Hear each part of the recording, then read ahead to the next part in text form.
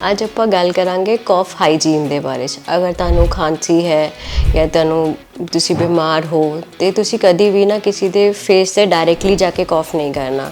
It leads to spreading of the infection. ਜੋ ਸਾਡੇ ਐਰੋਜ਼ੋਲਸ ਹੁੰਦੇ ਹੈ, ਜੋ ਗੱਲ ਕਰਦੇ ਹੋਏ ਛਿੱਕਾਂ ਮਾਰਦੇ ਹੋਏ ਨਿਕਲਦੇ, ਇੱਕ ਦੂਜੇ ਨਾਲ ਇਨਫੈਕਸ਼ਨ ਸਪਰੈਡ ਹੁੰਦਾ ਹੈ। ਇਸ ਲਈ ਹਮੇਸ਼ਾ ਜਦ ਵੀ ਤੁਹਾਨੂੰ ਛਿੱਕ ਆਉਂਦੀ ਹੈ ਜਾਂ ਖਾਂਸੀ ਆਉਂਦੀ ਹੈ, ਆਪਣਾ ਫੇਸ ਐਂਡ ਨੋਜ਼ ਹੱਥ ਨਾਲ ਕਵਰ ਕਰ ਸਕਦੇ ਹੋ, ਕੋਨੀ ਦੇ ਨਾਲ ਕਵਰ ਕਰ ਸਕਦੇ ਹੋ। ਔਰ ਇਫ ਯੂ ਹੈਵ ਕੋਈ ਹੈਂਕੀ ਜਾਂ ਕੋਈ ਡਿਸਪੋਜ਼ੇਬਲ ਟਿਸ਼ੂਜ਼ ਹੈ, ਉਹਨੂੰ ਯੂਜ਼ ਕਰੋ ਅਤੇ ਬਾਅਦ 'ਚ ਉਹਨੂੰ ਡਿਸਕਾਰਡ ਕਰ ਦਿਓ। ਹਮੇਸ਼ਾ ਕੌਫ ਕਰਨ ਤੋਂ ਬਾਅਦ, ਸਨੀਜ਼ ਕਰਨ ਤੋਂ ਬਾਅਦ ਆਪਣੇ ਹੈਂਡਸ ਨੂੰ ਸੈਨੀਟਾਈਜ਼ ਕਰੋ ਜਾਂ ਵਾਸ਼ ਕਰੋ, ਤਾਂ ਕਿ ਇਨਫੈਕਸ਼ਨ ਜੋ ਹੈ ਇੱਕ ਦੂਜੇ ਨੂੰ ਕਿਸੇ ਨੂੰ ਸਪਰੈਡ ਨਾ ਹੋ।